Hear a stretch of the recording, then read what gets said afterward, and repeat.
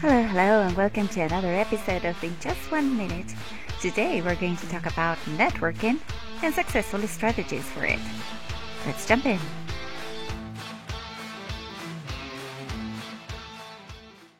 To network or not to network?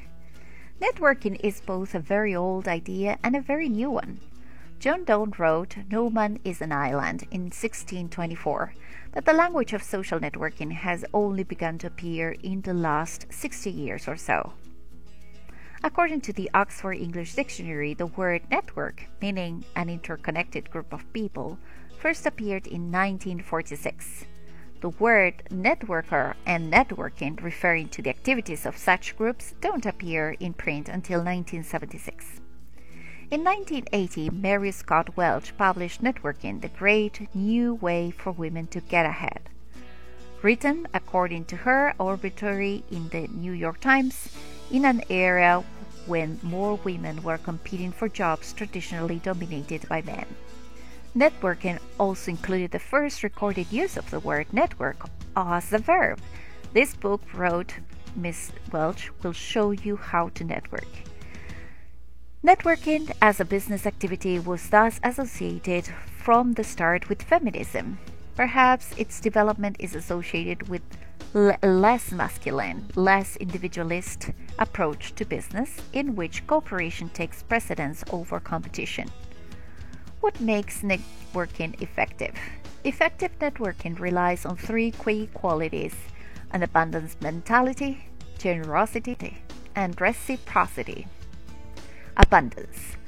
People with a scarcity mentality have difficulty sharing because they feel that holding on to their resources, property, knowledge, relationships is vital to their success. People with an abundance mentality understand that human resources, knowledge, intelligence, imagination produce more when they are shared. In a scarcity mentality, victory means success at someone else's expense. Someone else's success means that we have missed an opportunity. There are two ways to do it: my way or your way. My way is the right way. Everyone is out for themselves. Now, if you're in an abundance mentality, victory means success, bringing mutual benefits to us all. The possibilities of growth and development are unlimited and common to all. There are three ways of doing it: my way, your way, and the better way. Everyone has something unique to offer. An abundance mentality needs to be cultivated. We have to work at it. It's easy to slip into the scarcity mentality. Developing an abundance mentality means sacrificing something of our own: power, security, certainty. But the benefits are enormous.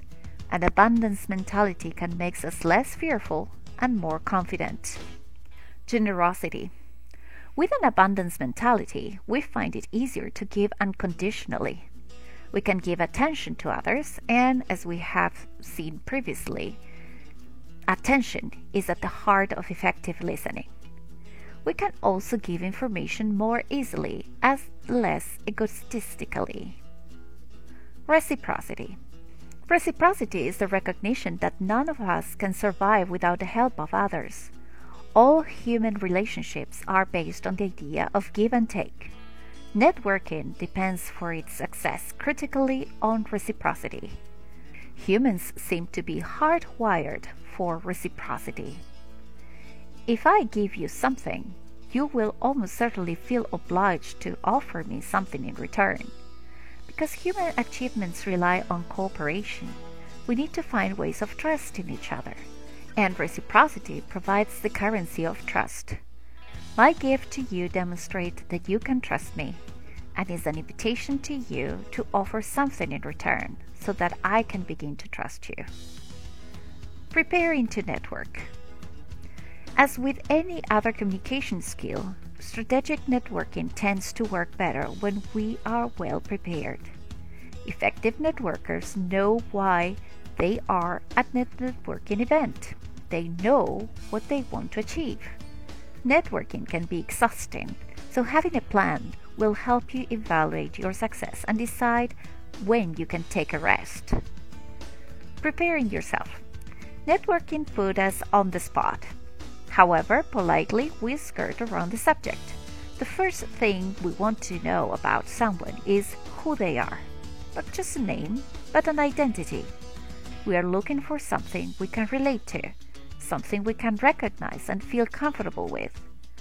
Whether we are the first to offer the information or the first to inquire, it helps if we have a clear script that we can draw on to present ourselves clearly and easily to others. Build your brand. Our brand is what others know us to be. It is not our personality or our mission in life. It's closer to reputation, but more immediate. Our brand is the message we want to give others about ourselves. Think of your brand as sitting on the surface. Other qualities sit below that surface. Your beliefs, values, and attitudes. You don't need to display them. You may not want to display them, and it may not be appropriate to display them. But your brand suggests them. Our values find expression in our accomplishments. Accomplishments are simple talking points, opening up new possibilities for conversation. They are evidence of experience and expertise that others might be looking for. They signal values to others without the need to spell them out. It's not always easy to remember everything we have achieved, and it's not always obvious how our accomplishments might help others. If you make a list of your accomplishments, they will be ready in the background for you to use. It's up to you to acknowledge and celebrate your accomplishments. After all, only you know what they are. And when you start to talk about what you have achieved, you will begin to speak with passion about something you care about. Always an infectious pleasure in conversation. Create a self-introduction. We introduce ourselves to others so often that it's worth thinking about how to do it well. A self-introduction that develops rapport and generates interest can be one of our greatest networking assets. Develop a self-introduction that you feel comfortable with. Practice different forms of words and see which ones trigger interest and intrigue. Which ones all express your brand, your values and attitudes, as well as what you do. This is a checklist for your self-introduction. Keep it short. Use a verb, state what you do, not what you are. Be distinctive, that is, what marks you out from others. Provide hooks, that is, use familiar language, not jargon or technical terms. Talk about what you do in terms of how other people experience it. And engage. Beware the temptation to apologize for your existence. Smile. Use clear and steady eye contact. Many of us find it uncomfortable to blow our own trumpet. People need to know what you have to offer so that they can call on your talents. Quiet confidence and self-assurance are often more effective than blatant advertising. Practice makes perfect. Practice being confident and professional. Think about how to display your enthusiasm and energy. Try out your self-introduction at every opportunity. Ask trusted colleagues how you're doing. You are your own best public relations consultant. You know what you have to offer and how good it is. You need to make it visible. And that's all for this week. Looking forward to seeing you in the next one with more networking. If you like the content of this channel, please subscribe.